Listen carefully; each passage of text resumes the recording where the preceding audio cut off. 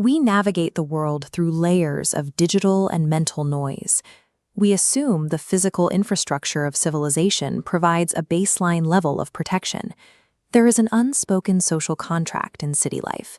We believe that because we are surrounded by concrete pavement, security cameras, and coffee shops, we sit comfortably at the very top of the food chain.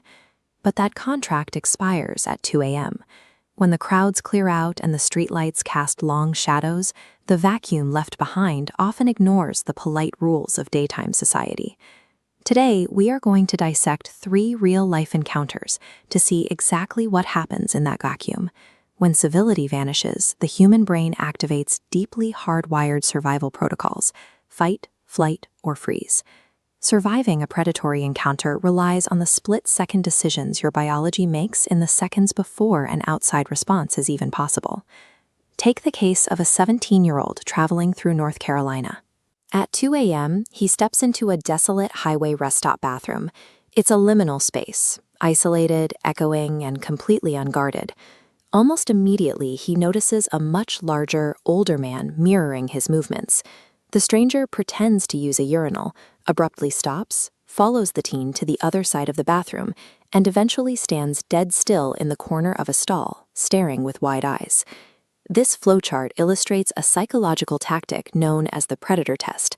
An aggressor intentionally introduces subtle, bizarre boundary violations to run a compliance check.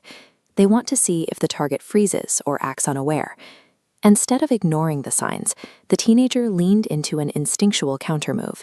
He didn't speak, but walking to the exit, he deliberately kept his razor fully visible. He broke eye contact, maintained his situational awareness, and kept walking. By openly carrying a potential weapon without making a panicked scene, he projected quiet strength, changing the aggressor's risk-reward calculation. Predators are looking for compliant victims, not a fair fight. Weaponizing an ordinary object in your environment to make yourself a hard target serves as a primary, life-saving deterrent. Our second case moves to a late-night transit commute in New York City. A young woman gets off a bus well after 10 p.m. and has to navigate the final, poorly lit residential blocks to her home. She notices a man from her bus matching her pace. When she changes direction, he freezes in place. Later, he's waiting at the entrance of a dark, dead-end street. As he approaches, he mumbles that he loves her and insists on helping her, all while inexplicably wearing tight, blue latex gloves.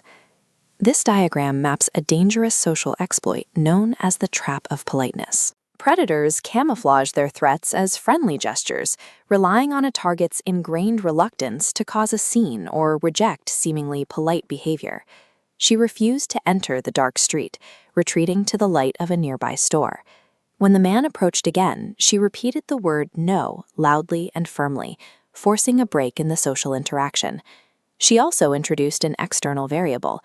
By calling her brother, having him intercept her, she removed herself from isolation, forcing the stalker to face a multi-person dynamic. Prioritizing physical safety over social etiquette can disrupt a predator's momentum before an ambush even begins. Sometimes there are no subtle boundary tests to navigate. In a quiet, seemingly safe neighborhood in southern Europe, a 19-year-old student's walk home is pierced by a sudden human scream. A group of men spotted the solitary student from 200 yards away. Without a word, they locked onto him and charged without warning. This schematic traces the biological mechanism of a pure adrenaline dump.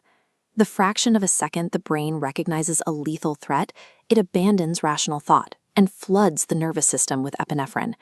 This chemical flood suppresses fine motor skills, redirecting every ounce of energy to gross motor skills, like sprinting. He successfully bolted inside his house, but the aftermath revealed a limitation in institutional protection. When he called 112, the operator noted that because he wasn't physically harmed, there was very little the authorities could do that night. When calculated tactics and societal rules fail, the raw biological drive to run is the ultimate failsafe. A razor in an empty bathroom, a loud refusal under a street lamp, a frantic sprint to a door. Environmental deterrence, de-escalation, and kinetic flight. The common denominator connecting all 3 of these survivors is clear. Not one of them waited for institutional backup to save themselves. Danger rarely steps out of the shadows with a dramatic monologue. It cloaks itself in unexplainable behaviors, hiding behind latex gloves, fake politeness, or absolute silence. Human intuition is a subconscious threat detection algorithm. Your brain processes microaggressions and spatial anomalies much faster than your conscious mind can form the words to describe them. True safety requires acknowledging that primal unease. When a situation feels wrong, the requirements of politeness must be discarded, because long before you realize what is happening, your biology already knows exactly when you are being hunted.